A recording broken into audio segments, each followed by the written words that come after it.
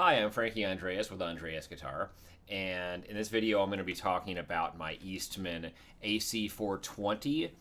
And so rather than go into the specs, this is one of two Eastmans I own, and both of them are discontinued guitars. Back when I still lived in Burlington, Vermont, I worked at an Eastman dealer for several years, Randall Instruments. Noah was, kept telling me, it's like, hey, yeah, I'm an Eastman dealer now, and I mean, these things are like on par with Martin's, and I'm just not hearing it. Like for years I wasn't there. I couldn't hear that thing.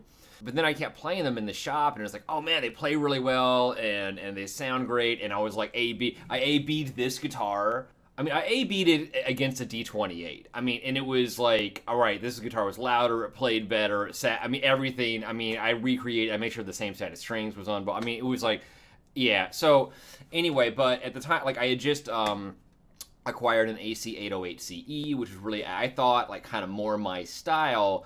But then this guitar had just been like collecting dust, and like customers have been beating it up. So this guitar was like really nice and broken in by the time I traded the Taylor for it. I mean, it was like a great guitar I loved, but I traded this Taylor for it.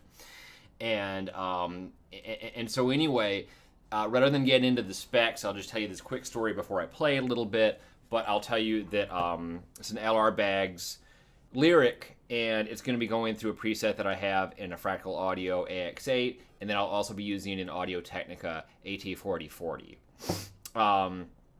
But this is not a CE, this is a fully acoustic, and I wanted to retrofit it with this LR Baggs Lyric that I had kicking around, actually.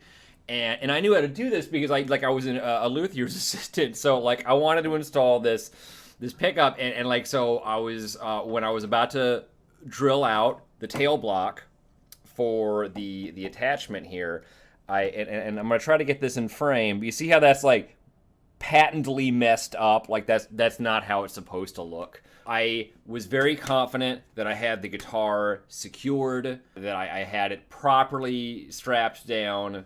You know, when a drill kicks, a drill kicks. So it kicked the whole guitar. The channel that I made was totally crooked. It was not it was not usable.